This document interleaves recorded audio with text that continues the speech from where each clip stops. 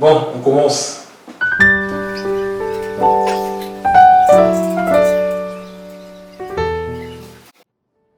Bonsoir, servante de Dieu. Shalom, Papa Flamme. Shalom. Est-ce que peux-tu nous raconter ton histoire avec le Seigneur? Comment est-ce que tu as rencontré le Seigneur Jésus? On peut le faire en français et lingala. D'accord. Donc, Zala à l'aise, fais ça vraiment avec paix du cœur. Ok. Transmets-nous, dis-nous exactement ce qui s'est passé. Je bénis le Seigneur. Amen. Dieu est bon, il est fidèle. En tout temps, il est bon. Amen. Alors, faire mon témoignage, pour moi, c'est de me rappeler ce que Dieu a pu faire pour moi.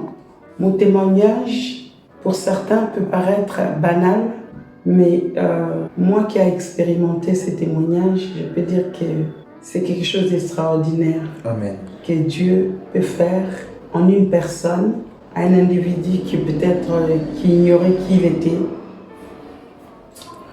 Alors, je suis la servante de Dieu. Pour certains, ils m'appellent Maman Jennifer.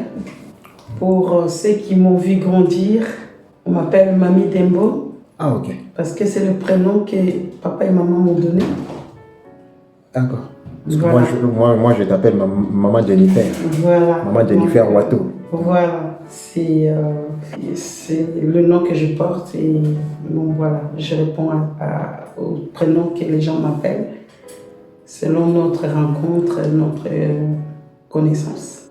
Je suis la 7e d'une fratrie de 11 enfants. Maintenant, on est 9 parce que 2 de mes sœurs nous ont précédés dans la gloire.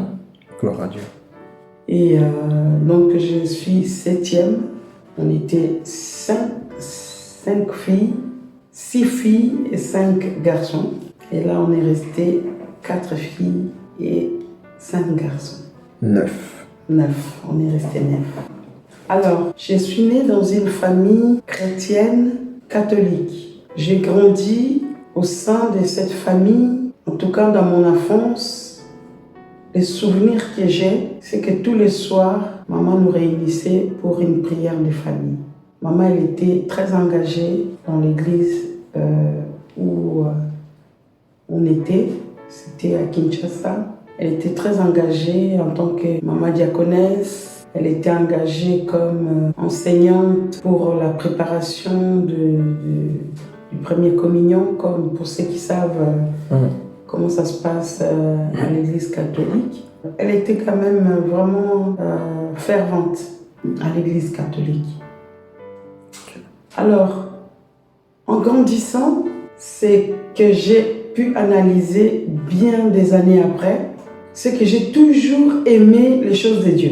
J'ai toujours aimé aller à l'église. J'ai toujours aimé les activités qui se passaient à l'église. C'est-à-dire que j'étais attirée dans le monde spirituel, si on peut dire ça comme ça, depuis mon jeune âge en fait. Jusqu'au point où je me disais que j'étais sous l'admiration de la vie de consécration que je voyais les bonnes sœurs, comment les bonnes sœurs vivaient dans les monastères, dans les couvents. C'était quelque chose qui m'attirait. Donc je me suis engagée à l'âge de 9 ans, 9-10 ans, pour pas dire des bêtises, à 9-10 ans, alors que tous les jeunes de mon âge à l'époque, ils s'engageaient dans des activités qui intéressaient plus les jeunes. Par exemple, bon, je vais parler Bato Baebi, Église catholique bien, Bilenga Mwinda, Kizito, Anuarita, voilà. Et en général, c'était les jeunes qui étaient attirés par ça. Mais ils avaient aussi dans notre église à l'époque, dans cette église catholique, ils avaient fait un groupe de Légion des Maries, comme on appelait ça, des légionnaires. Légionnaires. Voilà. Et ça, c'était plus pour des grandes personnes. Mais moi, je voulais absolument aller dans ces groupes-là. Le groupe des mamans. Des groupes des des mamans. Maman légionnaires. Voilà, des mamans vraiment. Alors je suivais maman partout, dans des séminaires, dans des retraites. Des gens ils disaient, mais pourquoi ta fille là, hein? Et je me rappelle la réponse de maman qu'il faut la laisser parce qu'elle est en train de suivre sa voie. La voie que Dieu a tracée pour elle. Ça, c'était la réponse de maman à l'époque. Alors, j'ai cheminé comme ça jusqu'à l'âge de 13 ans et demi, 14 ans. J'étais obligée de quitter donc, la maison familiale pour venir en Europe. Ma grande sœur étant en Europe déjà plusieurs années auparavant, donc elle a trouvé bon de me faire venir en Europe pour que je puisse rester avec elle. Exactement, en France. En France, précisément. Donc je suis venue, j'étais jeune, j'ai laissé maman, papa, mes frères et sœurs pour rejoindre ma grande sœur. Et mon grand frère qui était déjà là aussi. Et donc, 14 ans et demi, c'était à 88. Ne faites pas de calculs pour savoir quel âge j'ai. Tout ça, là. Je vous vois venir. Donc, à 88, j'avais 14 ans et demi. Je suis restée chez ma grande sœur. Alors, arrive mon adolescence. Donc, j'étais en plein dedans, sans prétention ni quoi que ce soit. Je ne me voyais pas comme toutes les filles de mon âge. Je m'identifiais pas avec les filles de ma génération en fait. Je les trouvais des fois trop bébés, pas trop mature, voilà. Parce que malgré mon jeune âge, j'avais déjà appris à être autonome, à gérer la maison, parce que ma sœur étant femme d'affaires, donc c'est moi qui gérais un peu la maison avec les enfants, tout ça. Donc il y avait déjà cette maturité qui était en moi. Là, en Europe. En Europe, je parle bien en Europe, parce qu'à partir de 88, là on est déjà en Europe, on est en France, je suis chez ma grande sœur et je suis en train d'évoluer chez ma grande sœur. Et je n'ai pas de souvenir d'avoir vécu une jeunesse tumultueuse, comme tous les jeunes de mon âge, réservée, un peu timide, pas trop que les gens me voient. J'étais vraiment à la limite, je dois me cacher. Personne ne doit me voir. C'était un caractère que j'avais, c'était mon caractère. Et donc je continuais quand même, malgré tout, à chercher l'église catholique pour essayer de continuer ta voix, comme avait dit maman. Comme m'a dit maman. Alors, de temps en temps, j'allais à l'église, voilà. J'allais à l'église catholique, de temps en temps. Et plus je grandissais, plus je sentais que la jeunesse me réclamait. Malgré que je n'avais pas trop l'habitude ou trop l'envie, mais avec mes cousines que j'avais trouvées en France, on va sortir, on va aller, on va se balader, on va faire ceci, on va faire cela. Malgré que je faisais tout ça, je pouvais sortir avec mes cousines, mes copines, mais je ne me sentais jamais totalement à l'aise. Jusqu'à 88 à 92. 92, là j'ai presque 18 ans.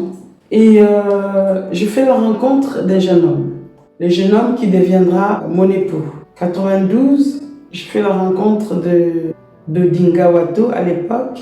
Pasteur Rodin. Pasteur Rodin. Un jeune homme, le fils de pasteur, qui m'a courtisé et on commençait à se voir, se côtoyer. Et lui priait, il allait à l'église, mais l'église évangélique. Alors pour moi, c'était hors de question que je change d'église. C'était hors de question que j'aille dans une autre église que l'église catholique. Parce que moi, j'étais pro-catholique, donc ancrée, enracinée. Rien ne pourra m'ôter de cette église. Alors, il me posera une question. À l'époque, c'était, à 92, il me pose la question. Écoute, dis-moi Jennifer, est-ce que toi tu vas à l'église? Tu crois en Dieu? Je dis oui, moi je vais à l'église catholique, chez nous, chez les cathos, oui, je crois en Dieu. Il me pose une question, il dit, mais si Jésus revient aujourd'hui, est-ce que tu partiras avec lui? Cette question, c'était vraiment une question que je devais donner la réponse directe, mais j'ai manqué les réponses. Je n'étais pas sûre. Je dis, mais tu vas à l'église, tu dois être sûr que si Jésus revient aujourd'hui, on appelle ça avoir l'assurance de son salut. L'assurance de mon salut. Déjà, pour avoir l'assurance de son salut, il faut connaître c'est quoi le salut. Et moi, je ne connaissais pas. Malgré toute ma piété, je me disais, moi, je suis pieuse, je vais à l'église catholique, je prie, je vole pas, je mens pas. À la limite, je n'ai pas de défauts. Il me dit, en tout cas, il faut avoir la réponse sur ça. Et il n'est pas parti loin. Il s'est arrêté là. Il faut que tu aies une réponse sur ça. Ok, après, on a continué notre cheminement. À 93, il s'est passé quelque chose que j'ai pas mes détails. On était amené à quitter la région parisienne pour quelques semaines pour partir au sud de la France. Au sud de la France où il y avait des amis là-bas. Donc il m'amène là-bas. Il dit, écoute, on va passer 2 semaines là-bas. En fait, il m'a amené pour aller me demander ma main là-bas pour me fiancer. On est parti, il avait des bons amis, ses meilleurs amis, Patrick et Virginie, ex-Braya, nos bons amis. Les 3, ils avaient fait leur rencontre dans un camp chrétien. Les 3 amis. Alors, il m'a amené là-bas. Donc, je faisais partie donc, de cette 4e amie qui est rentrée dans ce trio des amis. Et arrivé là-bas, et aussi ils priaient. Donc, ils allaient à l'église. Et ils allaient à l'église à l'époque. C'était une église pas réformée, mais... Non, c'était une église réformée. C'est ses parents qui allaient, les parents de la fille. Ils allaient à l'église réformée, mais ils allaient à l'église évangélique. Centre Martin Luther King, je pense, c'est à Nîmes. Ça se trouvait à Nîmes. Je me rappelle que c'était en 93, août précisément, août 93. Les jours, je ne connais pas trop, mais je me rappelle, c'était en été, c'était en août 93. Donc ça veut dire qu'1 an après notre rencontre avec mon très cher et tendre époux. Et donc, étant des chrétiens vraiment engagés, et pratiquants, ils allaient à l'église évangélique. Et dans cette église, pendant que nous étions là, il y a eu une conférence de l'évangéliste Billy Graham qui se faisait en diffusion simultanée. Donc, il était en Europe, il était aux États-Unis et il faisait des projections de son campagne d'évangélisation. Voilà. C'était une campagne d'évangélisation qui était projetée dans l'église de nos amis. Alors, ils m'ont invité. Tu viens, tu nous accompagnes? Ben, poliment, oui, je les accompagne parce que c'est des amis et on était arrivés chez eux. Donc, je ne pouvais pas rester toute seule à la maison. Donc, on m'a amené dans cette campagne d'évangélisation de l'évangéliste Billy Graham. Et arrivé là, Dieu est merveilleux. Et pendant tout le long de la prédication du pasteur, vous savez, l'Église catholique c'est bien, Mais l'Église catholique ne nous amène pas dans la profondeur de la parole, ne nous amène pas dans les questionnements véritables sur notre salut. Alors, moi, je ne savais pas c'était quoi la conversion. Je ne connaissais pas la parole, à part des récitations que je faisais. Je vous salue Marie, Notre Père, tout ça. C'est tout ce que je savais. Donc, quand je rentre dans cette église, ils prêchent. Tout ce qu'ils prêchaient, je ne comprenais pas. J'étais dans l'incompréhension. Jusqu'au moment où les prédicateurs posent encore une seconde fois la même question que mon fiancé à l'époque m'avait posée. Donc, 1 an après, cette question... Donc, quand il a posé cette question, c'est revenu. La question refait surface. Refait surface. Je dis, waouh, cette question, je le connais. Mais, je n'avais pas la réponse la première fois. Cette fois-ci, le prédicateur est prêt à me donner la réponse à cette question. Il dit, si tu es là et que tu n'as pas l'assurance que si Jésus revenait aujourd'hui, que tu pourras partir avec, alors lève-toi, passe devant. Parfois, ma lutte a commencé encore une seconde fois. Je dis, oui, effectivement, c'est la question qu'on m'avait posée. Mais moi, m'élever dans cette grande et immense salle, je ne pourrai jamais le faire. Et je ne le ferai jamais. Alors, il y a une lutte, une dualité qui commence dans mon cœur entre je vais ou je ne vais pas. Je réponds à l'appel ou je reste sur place. Cette lutte-là a duré pendant... C'est comme si le prédicateur n'attendait que moi. Il insiste. Je sais que tu es là. Ne résiste pas. C'est ton jour aujourd'hui. Dieu va te visiter. Moi, je dis, c'est sûr qu'il y en a d'autres qui se sont posés la même question. Vous savez, quand la chair et l'esprit luttent, quand on dit qu'il y a une lutte, c'est une véritable lutte qui est entre la lumière et les ténèbres, entre la chair et l'esprit. Et moi, j'ai vécu cette lutte pendant quelques minutes où le prédicateur est en train d'insister, et plus il insistait, plus cette chose-là, plus ça me dérangeait. Je dis, comment je vais faire pour me lever? J'ai honte, je suis timide, je ne peux pas me lever, j'ai trop honte. Il dit, si tu as honte, c'est comme si ce que je pensais, il va le parler. Si tu as honte de Dieu devant les hommes, il aura honte de toi. Je dis, ok. Après un moment, tellement la lutte était forte et tellement le Saint-Esprit avait décidé que ça sera ce jour-là, l'Esprit de Dieu a dominé sur la chair. Et je commençais à pleurer. Je commence à pleurer.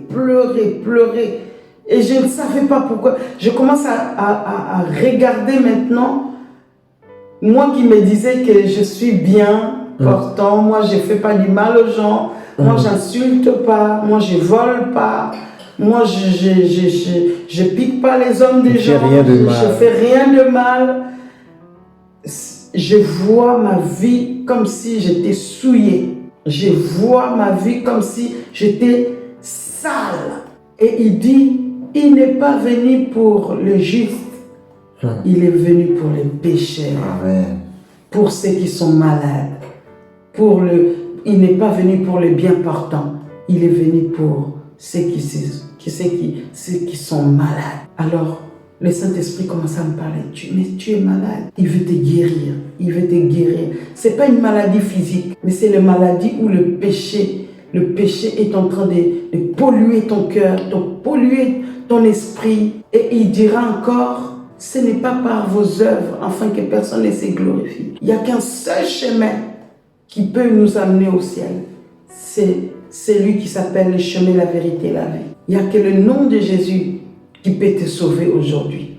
Alors, Papa Flamme, je ne sais pas, je ne pourrais expliquer comment ni par quel moyen Mais au jour d'aujourd'hui, je peux dire que les anges m'ont escorté pour me lever là où j'étais. Parce que si ce n'était que moi-même, j'allais pas le faire. Parce que j'avais trop peur, j'avais honte, j'étais tétanisée, je pleurais en plus, incontrôlée.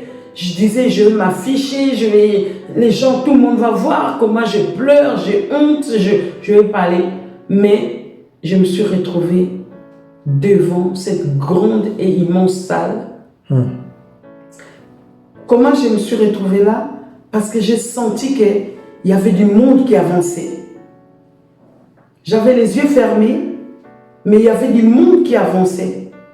Ah, j'ai dit, comme il y a du monde, je voulais m'immiscer dans la foule pour qu'on ne me voie pas. Comme cette femme qui a qui perdait des sangs. Il pensait qu'on n'allait pas la voir alors que l'action qui allait se poser, ça va te mettre dans l'écran. Tout le monde saura. Tout le monde va voir. Et moi, je sentais comme s'il y avait la foule.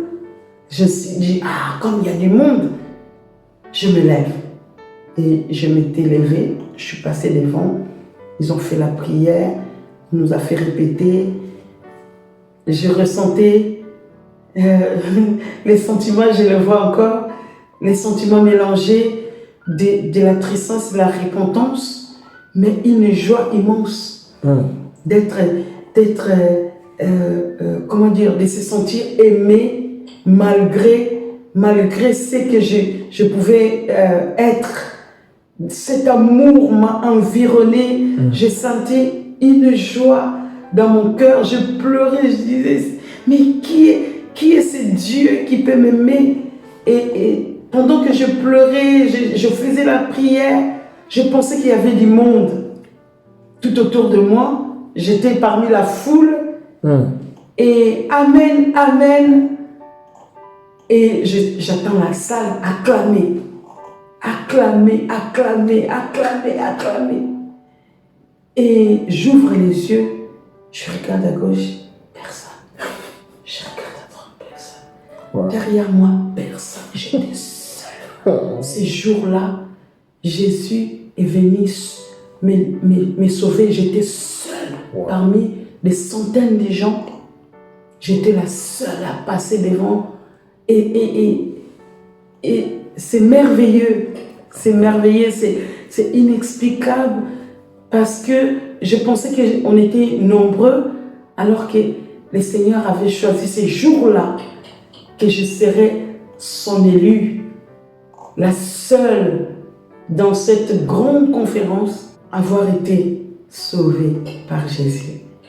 Et mon cheminement a commencé là, c'est là où j'ai donné mon cœur à Jésus. C'est là où j'ai fait de mon corps sa demeure. C'est là où le Seigneur, il a dit, je frappe à la porte de ton cœur. Si tu entends ma voix, tu ouvriras, je viendrai, je souperai avec toi et toi avec moi. Et j'ai ouvert la porte à l'amour par excellence. J'ai ouvert la porte à l'amour parfait. Alors, ma conversion a commencé là. J'ai commencé à cheminer avec le Seigneur. J'avais le zèle et je voulais servir Dieu. Je voulais me faire baptiser. Je voulais connaître ce Dieu-là. Qui est ce Jésus? Qui est ce Dieu-là que moi je ne connaissais pas? Je pensais connaître, alors que je l'ignorais complètement. Mais lui me connaissait. Je t'avais appelé, je t'avais choisi. Tu es mon élu. Et j'ai vraiment fait la rencontre du Seigneur. Je me suis fait baptiser quelques mois après avec celui qui est devenu mon époux. Alors, pourquoi le Seigneur m'a amené aussi loin de ma famille pour que je puisse faire sa rencontre? Tout simplement parce que peut-être que ma famille allait être peut-être un obstacle. Un obstacle, exact. Et parce que dans ma famille, on était tous des catholiques fervents et il était hors de question que tu changes d'église encore moins que tu te maries avec un fils de pasteur. Et c'était vraiment une lutte, mais Dieu, dans son plan par excellence, il savait que l'homme quittera et s'attachera à sa femme et les deux deviendront une seule chair. Et c'est au biais de cet homme que Dieu m'a attiré vers lui et au biais de mon mariage avec celui qui est devenu pasteur, mon pasteur. Et c'est là où le Seigneur vraiment s'est manifesté dans ma vie. Et c'est là où j'ai cheminé aussi avec lui. Je continue à cheminer avec lui. Voilà vraiment l'histoire de Mamie Dembo. Aujourd'hui, on m'appelle Isha, tout simplement parce que le Seigneur, à la rencontre de Christ, le Christ m'a fait une femme. On ne reste pas le même. On ne reste pas le même. On change. Amen. À la rencontre de Christ, non. Si tu restes le même, ça dit que cherche encore bien. La rencontre n'est pas encore effective. Alors, cherche encore bien. Si tu sens qu'il y a encore la vieille homme en toi, continue encore à chercher. Parce que quand tu rencontres l'homme de Galilée, ta vie ne peut pas rester le même. Amen. Ta vie ne peut pas rester la même. Amen. Donc voilà, aujourd'hui, par sa grâce, on a cheminé ensemble, on continue à cheminer ensemble avec le Seigneur. Et je le sers dans l'assemblée où il m'a placé avec mon époux à la Régénération chrétienne, là où on sert Dieu, on exerce notre foi et on continue à cheminer avec lui. Donc voilà un peu l'histoire de Maman Jenny pour certains, Mamie Dembo pour les autres. Et puis voilà. Waouh, que Dieu soit béni. Voilà. En fait, ta conversion, ce que j'ai vu comme image là, c'est vraiment, ça veut dire que notre relation avec Dieu, c'est une relation personnelle, quoi. Et donc ta conversion revient vraiment à ces messages pour tout un chacun de nous, même pour les personnes qui vont regarder cette vidéo. Pour moi, ça m'a parlé directement. Ta conversion représente la conversion de n'importe quel enfant de Dieu que Dieu veut récupérer. Parce qu'il y a des enfants de Dieu qui sont aussi ignorants. Comme toi, tu étais vraiment sa servante, mais tu étais encore dans la religion, dans le catholicisme, tu suivais ta maman, mais tu n'étais pas convertie. Non. Tu n'insultais pas, tu ne volais pas, tu étais pieuse, tu étais bien, mais ça ne suffisait pas. C'était pas suffisant. Donc c'est ce que j'ai compris, c'est vraiment une prédication parce qu'au jour d'aujourd'hui, il y a aussi beaucoup qui vivent comme ça. Ils ne fument pas, ils ne boivent pas, ils ne volent pas. Ils n'insultent pas. Mais est-ce que cela suffit? Est-ce que cela vaut le salut? Non. Il n'y a que le nom de Jésus. Il n'y a que cette rencontre avec le Seigneur. Il n'y a que quand nous reconnaissons que nous sommes des pécheurs. Il n'y a que cela qui fait de nous, qui nous donne la possibilité de devenir enfants de Dieu. Il a dit, il y a un passage qui dit, c'est par la volonté de Dieu que nous sommes devenus enfants de Dieu. Amen. Nous ne sommes pas nés de la chair ni du... À ceux qui l'ont reçu. Il a donné le pouvoir de devenir... Il leur a donné, le pouvoir de devenir enfants de Dieu. À ceux qui l'ont reçu seulement. Oui, et ceux qui sont... Pas à ceux qui vont à l'église, pas à ceux qui se disent pieux, pas à ceux qui pensent qu'ils sont... Pas à ceux ils pensent qu'ils sont sauvés. Hein? Des religieux. Pas aux religieux. Oui. Ni aux religions, mais à ceux qui l'ont reçu, à ceux qui croient en son nom. Amen. Il leur a donné le pouvoir de devenir enfants de Dieu. Voilà. Voilà. En fait, ce passage-là, vraiment, comment dire, englobe ma conversion. Voilà, à ceux qui l'ont reçu, à ceux qui croient en son nom. Crois au Seigneur Jésus-Christ et tu seras sauvé. Amen. Toi et ta maison. Amen. C'est ce que la Bible nous dit. Amen. C'est la foi en Christ et Jésus. Amen. Nous sommes sauvés par la grâce, par le moyen de la foi. Amen. Donc voilà. Yes, que Dieu soit loué. Amen. Merci pour ces beaux témoignages très édifiants. Ah, ça me fait du bien aussi Yes. de me rappeler. Ça m'a depuis qu'on a parlé, ces derniers temps, je dis waouh! Ah oui, je viens de loin. Le Seigneur m'a pris quelque part dans l'ignorance. Oui, on peut dire qu'on était dans l'ignorance. J'étais dans l'ignorance.